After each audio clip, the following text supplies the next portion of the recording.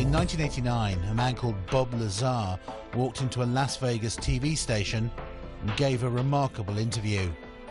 He said that he'd worked out in the Nevada desert at a top-secret facility known as Area 51. He said he worked on a highly classified project, reverse engineering recovered alien spacecraft.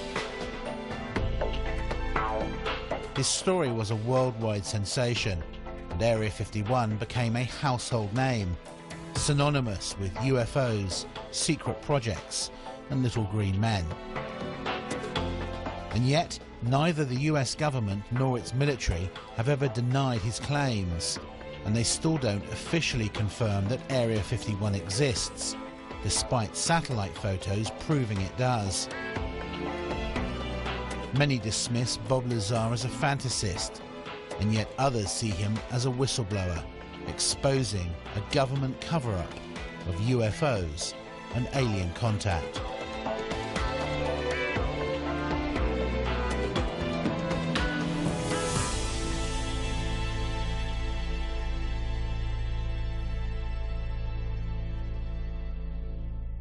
I am convinced, based on my research and the individuals whom I've had contact in the U.S. intelligence community, that the U.S. government does indeed have craft that meet the description of many of the UFO reports.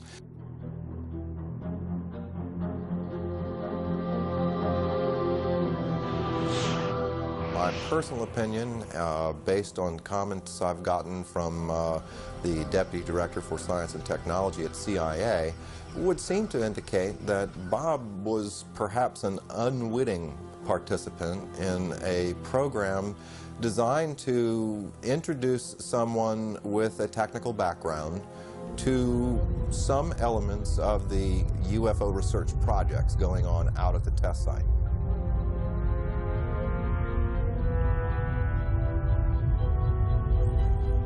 I have no doubts that Lazar actually was in a place where top secret investigations were going on. I'm not sure about all the details that have emerged from his account, but he certainly gives me the impression that he was actually there. Do I believe Bob Lazar? My answer to that is yes. And heck, it's going on 8 years that I've known him. His story has never changed. He wasn't in it for the publicity. He surely wasn't in it for the money. He lost everything he had. I believe he's totally sincere.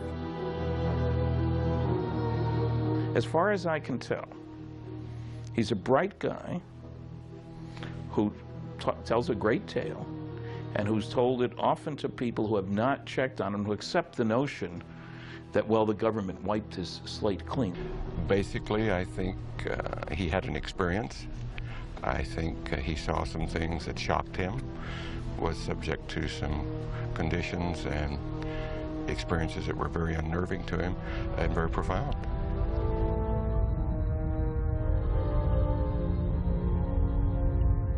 He said, you would love to see what's out there because it's like beyond science fiction.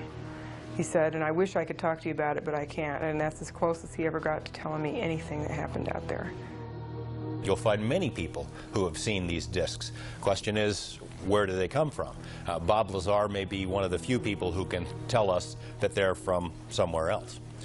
I've no doubt that there's a relatively small number of people within the intelligence, military intelligence and scientific and technical intelligence community who are aware of what's going on, and an even smaller group who are actually organizing top secret research into this phenomenon.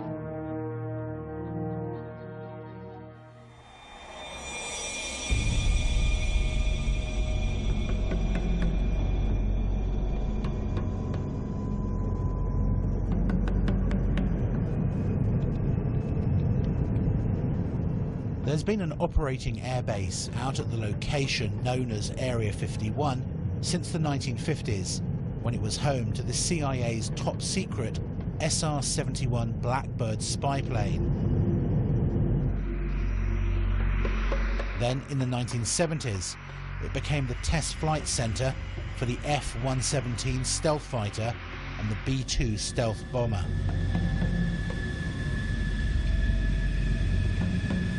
It's fairly public knowledge that we have a super secret facility in the mountains in northern Nevada, referred to as Groom Lake, Area 51 of the Nellis Air Force Base Test Range.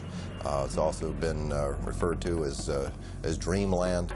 This is an area that has been known but officially denied for many decades.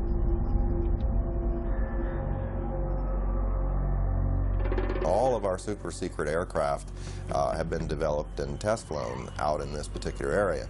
So it only makes sense that if you have something as sophisticated as a flying saucer and the related technology to that, that would certainly be one of the prime locations you'd want to go.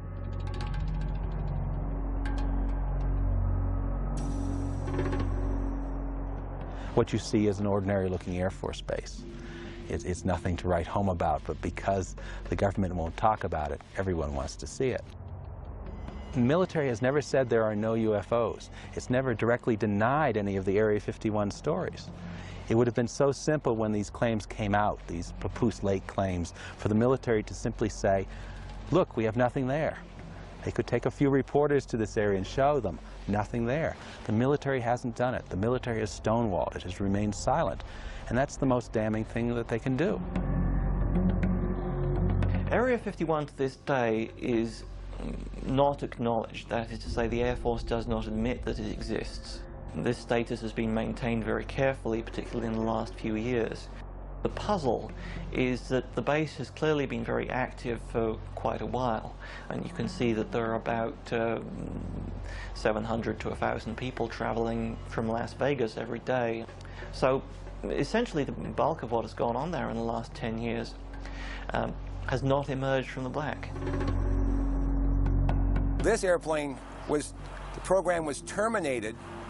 The airplanes were put in mothballs for 20 years before they admitted the existence of the aircraft. There's programs that they're working on today that are 50 years ahead of anything that you and I can even conceive of, and that we may never, may never see the light of day. Would you say it's America's most top secret military base? As far as an operational test facility, it's probably the most secret test facility in the free world, yes. So there is no question that the facility is there, that the government has said very little in the past about it. Now, the real question, I suppose, is, are there any flying saucers out there?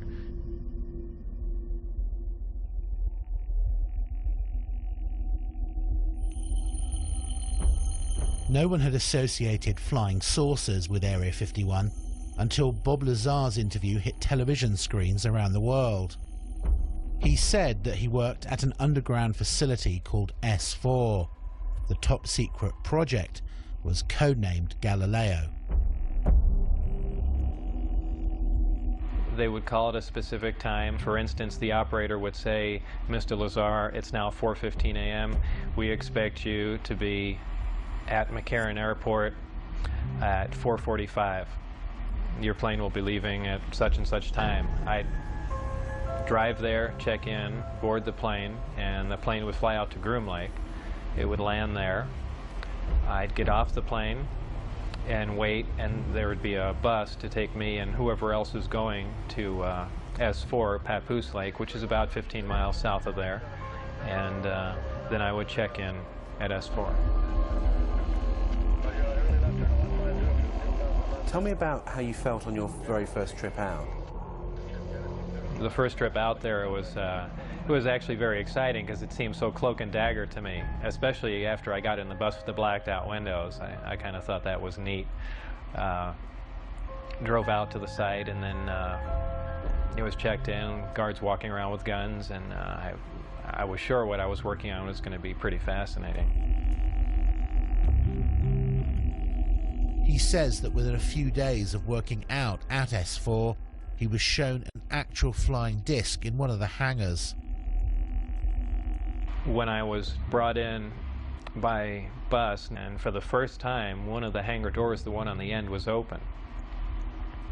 The bus drove up and we stopped there, and clear as day in the hangar, taking up almost all the hangar, was the disc. Looked like something right out of a science fiction movie.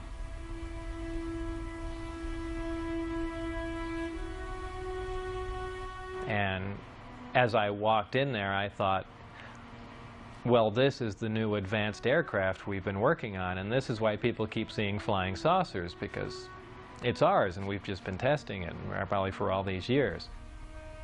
And what color and size was it? It was a dull stainless steel, pewter gray, very unimpressive color-wise. About 52.8 feet in diameter and about 16 feet high.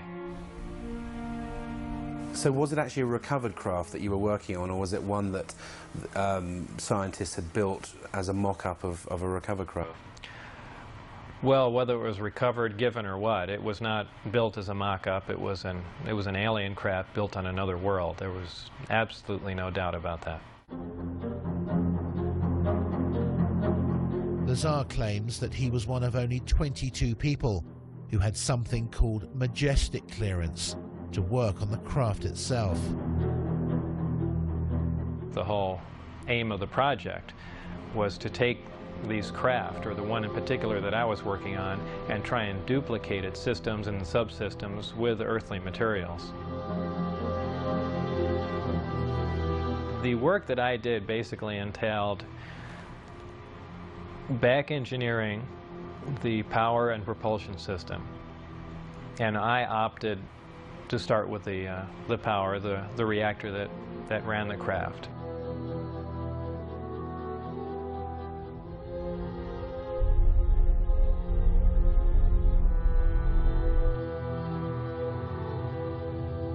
I knew immediately if his credentials could be verified, if even part of his story could be verified, it'd be one tremendous expose. George Knapp was a long-standing TV reporter. He'd heard enough of the UFO rumors over the years to appreciate how big a scoop this could be if Lazar was telling the truth. He gave me information about his background, educational background and employment background. I started with his claim to have worked at Los Alamos lab. We went to Los Alamos and got nothing even close to cooperation. They wouldn't respond to our phone calls. They say, we have no information on Bob Lazar. There's nothing in the files. I said, are you sure now? No, nothing in the files. I showed them the phone book entry that Bob had kept that said he was there. I showed him the newspaper article that showed that he was there. Basically, Los Alamos lab tried to thwart me at every step. Were completely uncooperative in trying to get information about Bob, and I found that to be the case at every step of the way in trying to verify his background. Thursday, 12:37 p.m. Former NASA mission specialist Bob Exler had heard about Area 51 and Groom Lake when he worked on the Apollo and Space Shuttle projects. He was intrigued by Lazar's claims and started to investigate. I did a variety of research relative to Bob Lazar. I actually met him. I obtained a copy of his what they call a W-2 form, which is one of the IRS documents associated with pay. His particular form indicated that he worked for the U.S. Department of Naval Intelligence. They informed me that it was a genuine document. It was not something that had been fabricated. There were a variety of numbers, contract numbers and so forth issued on the document, which I was able to research, again finding that these were highly classified numbers. In fact, Internal Revenue Service ran into a brick wall when it came to trying to track down the actual employer associated with the document. And then again, with the Social Security Administration, we found that Bob Lazar's records had in fact been bleached clean. There was nothing there, in spite of the fact that the document clearly indicated that Social Security taxes had been taken out of his pay.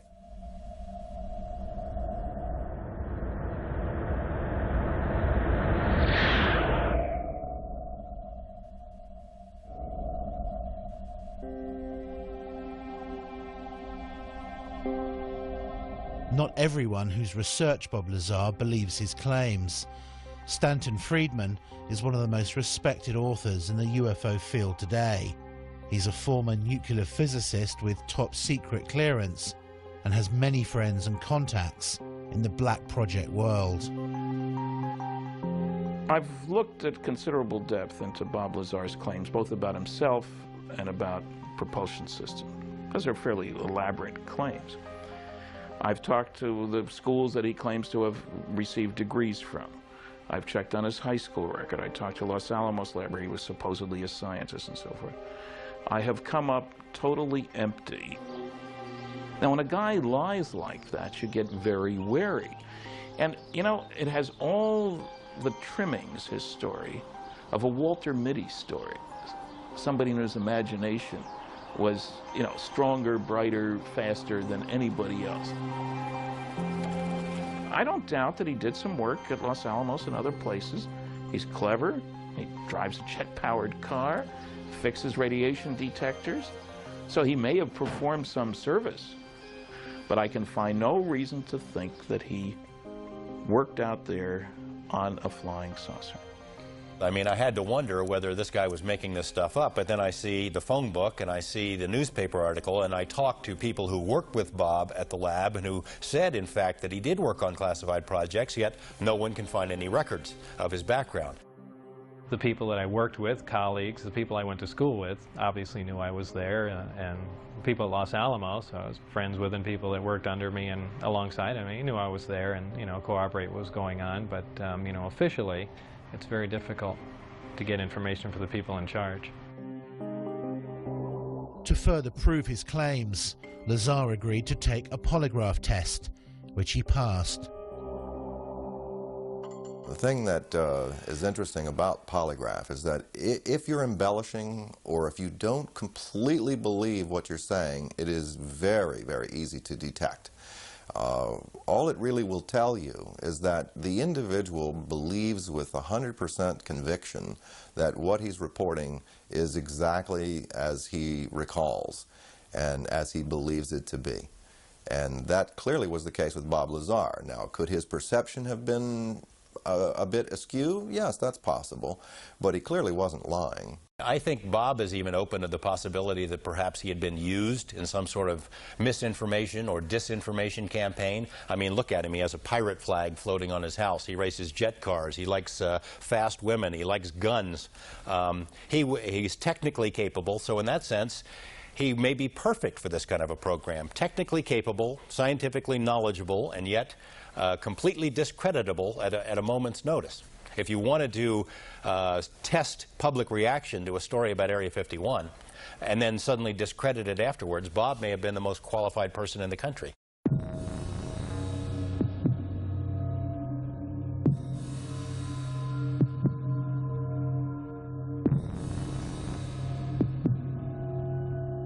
Lazar says that on one occasion he was escorted into the flying disc that he saw in the hangar to analyze its propulsion system. It was obviously made to be piloted by something smaller than the average human being, very cramped in there. What were the size of these seats that were in there? The seats were very small. I'd say about 1/3 to 1/4 the size of a normal human seat. A lot of people say, boy, it must have been exciting to go in there, and I always say it wasn't.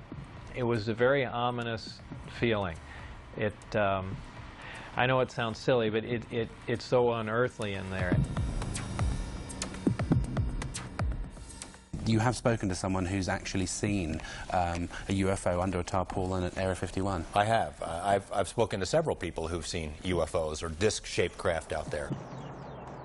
There was a woman who was a secretary for a major defense contractor at the Nevada test site who worked on nuclear programs, who told me that she had sat in on conversations between military and civilian contractors at which the Roswell case had been discussed, at which it had been discussed taking some Roswell material to Area 51. The level of secrecy during those meetings was great. Afterward, they'd take the ribbons out of the typewriter she was typing on. She was ready to tell me about this, and I had this conversation with her on the phone. The next day after this conversation takes place, she's visited by two men who say that they work for the company she used to work for, reminding her that she is still under a security oath, told her, "We know that you do a lot of traveling back and forth, a lot of long drives between Las Vegas and LA. We'd hate for something to happen to you or your family." No interview. I mean, it happened again and again and again. Same scenario.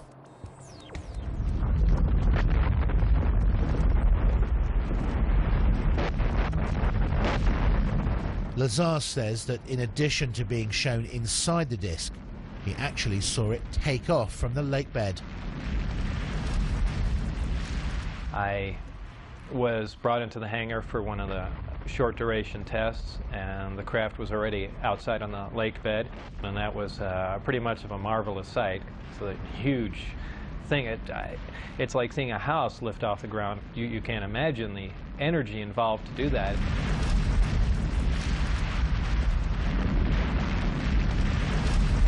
Because of the extremely high energy output and the fact that the outside of the craft is used as a conductor, that does ionize the air.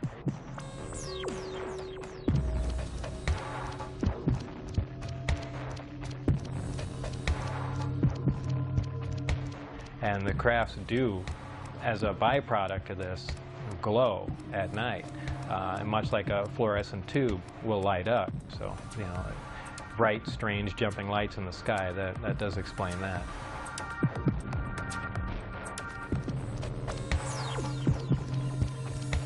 Would you categorically say there is no way that humans could have built the craft that you saw? Absolutely. I will categorically deny that. Well, I don't know. How exactly should I put that? I guess I can just say it straight out. There is no way that any government on this earth could produce that craft, period. And I defy anyone to argue that point.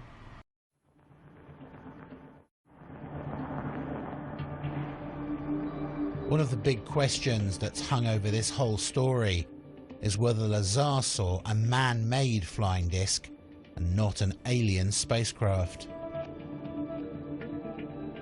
A lot of these craft which are being developed in secrecy in the United States are tested at night, and one can imagine that seen through kind of half-closed eyes, something like an F-117 stealth fighter or a B-2 bomber, side-on or front-on, would look remarkably like, say, a flying saucer or a UFO.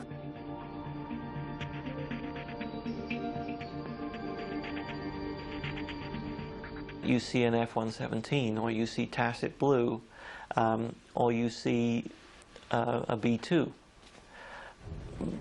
Particularly if you see it from some fairly unusual angle, you're going to have a very hard time relating that to conventional aircraft. Some of these things can look very strange indeed. So, you know, an unusual but decidedly terrestrial aircraft can certainly present the appearance of a disc from many angles.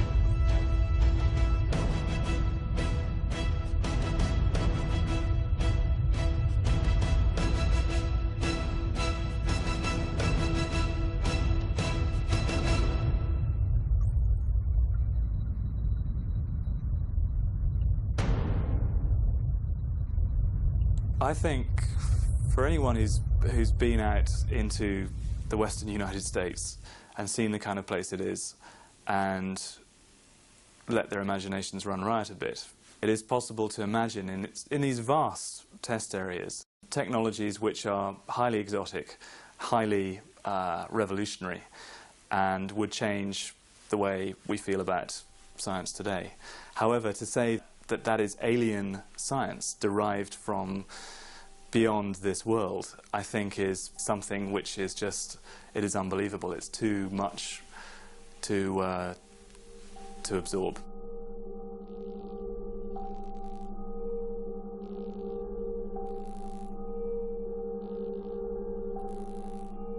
Do you think that some of the truth certainly lies out there in the middle of the Nevada desert at Groom Lake? I would expect that some of the truth may very well lie out in the desert near Groom Lake. It's the right place for some of it to be. It's isolated, it's under control, it's high security. I don't think we've yet scratched the surface on what's happening out there with regard to flying saucers.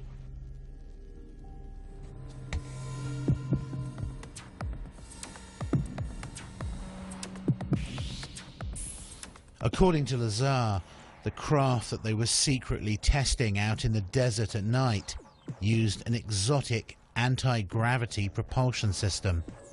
The reactor itself was an incredibly advanced system. This was an antimatter reactor. This is something we could only dream of having, something that could put out huge amounts of power that rivals several nuclear power plants running at capacity. What happens is a great gravity distortion is created, and you're essentially bending space toward the craft. The craft becomes part of that space, and then when the reactors, or when the gravity amplifiers are shut down, the craft is essentially where it was focused. It's a very difficult thing to grasp. It happens virtually instantaneously because of the fact that gravity distorts time, and if you're bending space and time along with it, when you wind back up in that place, you're there between the ticks of a clock.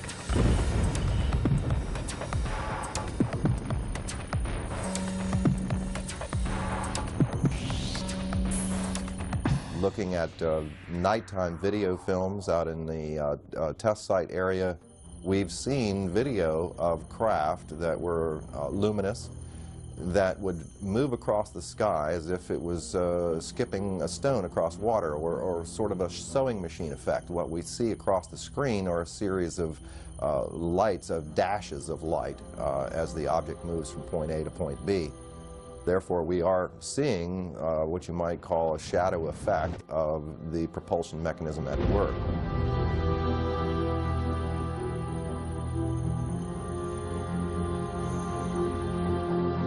Bob Lazar is not the only person who's come forward and claimed to have worked out at the base on flying discs. Former US Marines test pilot Bill Uhouse worked out at Groom Lake and other top-secret locations for more than 40 years, working for the Pentagon and civilian contractors on a variety of highly classified projects, including, he says, a flying disc recovered from a crash in Kingman, Arizona in May 1953.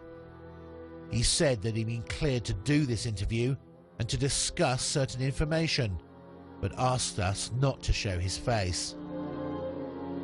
What were you actually working on out there? One of the things I worked on was a flying disc simulator. It was designed in New Mexico by a separate staff that built it in parallel with the actual craft that they had intended to fly. The purpose of the simulator was to train pilots to fly this strange-looking craft. The simulator was a 10-meter round disc. The skin was made of boron composite material, not unlike that you see on the F-117. How did you know how to build the simulator? Essentially, there weren't any plans. The plans were generated as we constructed it. And there was a process there that took quite a while for us to even understand the concept way back in the 50s. Uhouse says that Lazar did work at Area 51. I think Bob is saying exactly what he knows, and I know a little bit about Bob from a different standpoint than a lot of the people know and what's been written about him, but Bob Lazar is not lying as far as his place and position and the activity he was involved with at the time, although some of it, you know, he couldn't recall, but there's a lot of reasons why Bob was hired, number one. You know, here's the thing. Take a guy like Bob, send him out there, you know, somebody said, you know, aliens, blah, blah, blah, blah, blah. You know, all of a sudden you're thinking about 9 alien crafts. You know, they may have not been 9 alien crafts. Bravo 7014, contact departure, good day. Do you believe that the government has recovered alien spacecraft? I have no doubts whatsoever that the United States has actually recovered a number of extraterrestrial vehicles. And what do they do with them? I think that since 1947, there have been efforts to try and duplicate the technology, what is referred to as reverse engineering. And I don't know how far they've got, but some reports indicate that we've actually been test flying within a limited area actual alien vehicles or terrestrial vehicles, United States vehicles, which have been made using alien technology. Could these not just be military aircraft? Well, I think it's quite possible some of them are military aircraft. I've heard from very reliable sources, including a leading specialist on unmanned aerial vehicles, that we have developed some disc-shaped platforms for aerial reconnaissance, some quite small, maybe some larger, which are being utilized by the Americans and have been built by the Americans. That's 6389 Delta, Las Vegas Tower, runway 1 and a left taxi into position and hold traffic crossing downfield. Thank you, sir. 89 Delta. Was it a hard secret to keep? It was a virtually impossible secret to keep, but I did play by the rules, and it caused a lot of problems. It caused problems in my family life. I mean, imagine being married at the time, and you know, you get a call, you know, perhaps at night, and a strange voice on the phone. Okay, you disappear, you can't tell your wife who it was on the phone, where you're going, and you come back, you know, sometime early in the morning. I mean, what is she going to think? Unaware of where he was going every day and being absent from home for long periods, Bob's relationship with his wife had deteriorated badly. This was seen as a potential security risk out at the base. My wife was having an affair with someone else, so they viewed that as a potential emotional instability, and they no longer wanted me coming out until things were cleared up, either for it, you know, it to break up or heal or whatever. But they, that's what put the brakes on everything there. And did they then stop calling you? Did you get very frustrated about that? Yeah, then I began to wonder, boy, now they've given me all this information and everything's come to a dead stop. What's going on? And that's when I began to be concerned, and then that's when I said, you know, now it's becoming important that some other people know what was going on. As the silence turned from days to weeks, he finally decided to tell his wife and closest friends just what he'd been doing. Were you aware of the security implications? I was quite aware of what could happen, but I was also aware that these guys would go to any extent to keep their secret, and certainly not have someone that was on the inside running around. And I didn't think it was beyond them at all to make me disappear. Whether I mean, who knows? I know it sounds more like a movie, but I didn't think it was beyond their capability to kill me, just to stop the word from getting out. Bob knew the test flight schedule for the discs and took his wife, his best friend Gene Huff, and another friend, John Lear, out to the desert near the base on a Wednesday night in March 1989.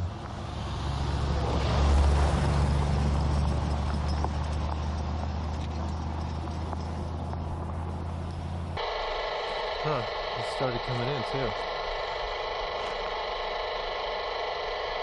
Now, how far away can that thing pick up stuff if it's like overhead, like up in the air? Overhead, 300 miles. Jeez. So it could be any one of these guys flying. Yeah. Yeah. Well, that sounds military to me. Yeah, yeah. I bet you that's what this is. We got. Oh. You see that? Whoa. Yeah. What was that? Did you see that light just come on over there? That just I was looking right at it. Yeah. Here, let me check it out. Well, that was a shooting star. Right above it was a meteor too. No, there's a steady light. No, it's a steady light that just came without on. any kind of. No, this one right over the range here. It wasn't there, and then I was looking right there, and it blinked on. That's very bright. That's brighter than a star. Yeah.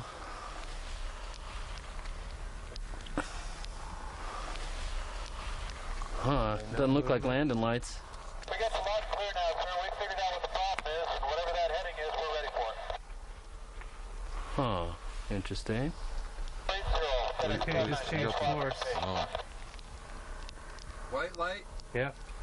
Yeah, he's coming at us. What did you see when you were out there? Shortly after the flight time that I had recorded, white light came up. Well, not a white light. It was actually more of an amber light. Came up off the ground and hovered, and then began doing radical step maneuvers and darting from one side of the sky to the other, doing some impossible flight characteristics. Do you think what you saw over the desert that night was an alien spacecraft? Could I identify it as an ET craft without Bob's help? No, it would have been and you know, like I said, an elliptically shaped saucer doing, you know, just doing moves that we're not capable of, but I could not say that, no, this wasn't some advanced Earth technology. We got the light clear now, sir. We figured out what the problem is, and whatever that heading is, we're ready for it. That would be a UFO. It's not blinking. It's not conforming to any sort of FAA lighting regulations. And there you're looking at it. That's like a typical UFO. If it was red, it would be real typical, because that's what most people report, is red lights like that are solid color. I don't think that's landing lights, because it's curved already and we're still looking at it. Looks like he's curving back. Here he comes. That is a typical military UFO. There you go.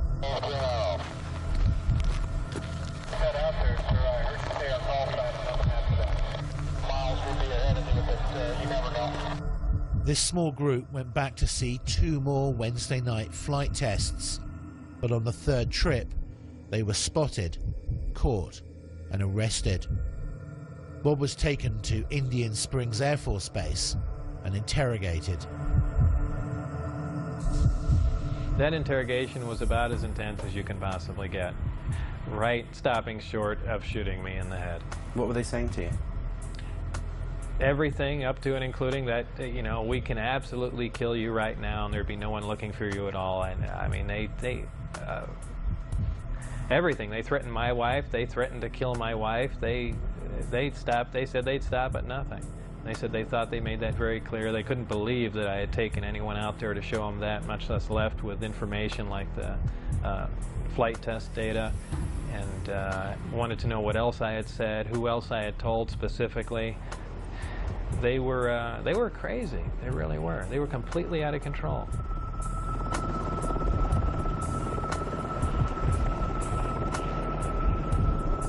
After this interrogation at Indian Springs Air Force Base, Bob says that he was put under constant surveillance by security personnel. His phones were tapped, his movements were monitored, and he often found his car followed by military helicopters. Worried about what might happen to him and angry about how he was being treated, he decided to hit back and approached a local TV station about an interview. I thought if I did an interview in silhouette, it would be kind of pushing back a bit, or say, you guys stop, and not saying too much, but just saying enough just to let them know that I am pushing back a bit and then lay off, or, you know, it's going to get worse. It was really the only thing I could do. Did you get any calls from the military or from former workers to say, what the hell are you doing? Right after the interview aired, Dennis Marioni, who was my supervisor, called, and all he said was, do you have any idea what we're going to do to you now? And that was the end of the phone call.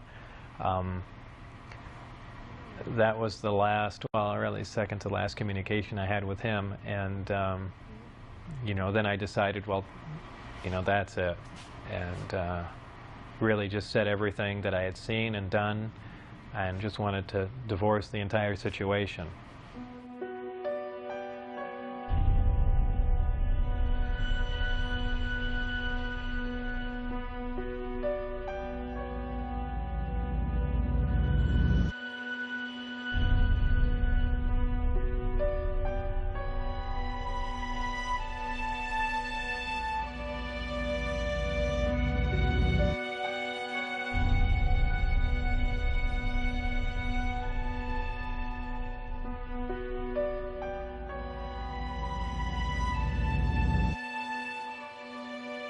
Even now, more than 20 years later, the jury is still out on Bob Lazar and his claims about his work out at Groom Lake. It's a fascinating story which he's stuck to for more than 2 decades. And although many dismiss it as pure fantasy, the fact is that some of his credentials did check out. In addition, his former employers and even the tax authorities were caught covering up and refusing to release information on him. Why would they do that unless there was something to hide? One thing is for certain, if he is telling the truth, then we're all in for some shocking revelations in the decades to come. Is the government ever going to say, you know, we've been lying to you for 40 or 50 years? Not a chance. I believe they'd stage an event that is much more like what they do. They'll take a big cargo plane or C-130 or something, take one of the old discs that they've you know, analyzed time and time again and finished with, go up to a high altitude and push it out the back and then go fly away and say, oh look, the first disc has crashed, you know, here's a flying saucer. I mean, I can almost guarantee that's the route they'd take. There's nothing on the radars on the other... Certainly there are a lot of questions about Bob's background that have not been satisfactorily answered. But there's too much that Bob knows, I think, that couldn't be explained any other way. He knows about the layout of the base. He knew about people who were involved in security checks. He knew when and where the test flights were going to take place because he took people out there 3 weeks in a row and they videotaped the tests. How did he know this stuff if he, in fact, did not have some kind of inside knowledge? Do you think he'd make a good conduit of information? I mean, essentially a patsy. Yes, I do. I think it's quite likely that Lazar was set up, perhaps to knowing that he would give out this information. It's likely to be a very long time before we discover what is actually being done out at Groom Lake now. They seem to wait anything from 15 to 20 years or more after something has been retired before they acknowledge its existence. This airplane was built, designed almost 40 years ago. 40 years before that, the hottest thing flying was a Seversky P-35. 40 years before that, it was a balloon. So the technology has not stood still. So there's a very good possibility that we are looking at man-made transportation for the 21st century.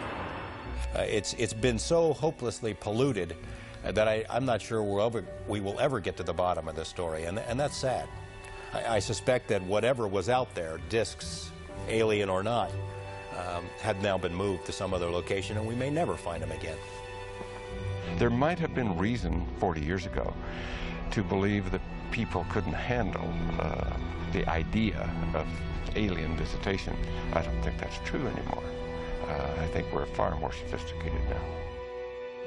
Do you regret having screwed up at S4 and taking your friends there and blowing your security cover because you could still be working on UFOs today? Yes and no. Yes, at times I'd like to be able to go back in time and played along with the game and not have done anything, and perhaps to this day still be working on them, because I did feel privileged and it was fascinating work once you can get around all the you know, oppressive military security, and you know, maybe we would have stumbled on something, and yeah, it would have been fascinating.